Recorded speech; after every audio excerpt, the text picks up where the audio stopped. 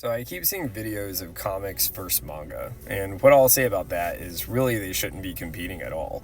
And I know you're thinking, yeah, he's got a Nezuko shirt on, he talks about manga all the time, he's another manga reader. Actually, and you can see this on my videos, I started being a collector, collecting comics, ironically. But I found as I got older, I liked manga more. And the reason for that is because in my opinion, it's more of a linear story. I don't have to keep jumping around to where they might change out a different artist. Like usually that mangaka is going to stick with that series that they've wrote the entire time versus you can have another writer go jump on another storyline after one decides to leave. Found like comics that I liked most were from Boom and Image, like Monstrous by Majori Liu. I still have that series today, and actually like 2 Barnes & Noble exclusive editions. And I used to have 2 9.8 first prints comic issued of Monstrous, but also found too, it's really a lot harder to display on the shelves, especially if you're getting comic singles versus if I'm going to collect like manga singles. It's the whole volume and you can just put it on the shelf and it usually makes like a nice picture and then I can just pick it up. I don't have to worry about like what's going to spill on it.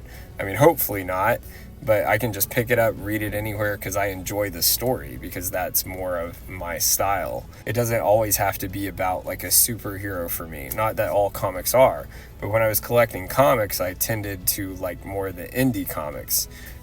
So like for instance, like Monstrous, but for instance, just an example with that, I can only get the 2 hardcover Barnes & Noble's exclusive editions of those right now because the very last arc there, Devourer, that's currently out, you can only get in the paperback, and I don't want to display a bunch of paperback omnibuses on my shelf because it just doesn't, the way they are thin and kind of horizontal, I don't like the way it looks, me personally, and I think it's more to kind of keep up with just my personal opinion. So I think it all just kind of depends on what you personally like. But for instance, like Berserk, like I have the deluxe editions 1 through 14, or you can have the singles, and you can just sit down for literally months and just start reading that from beginning to end. Or actually, ironically, one that my favorite manga of all time is Blade of the Immortal, and people are going to give me a hard time for that because I do rank it above Berserk, and Berserk's an easy second for me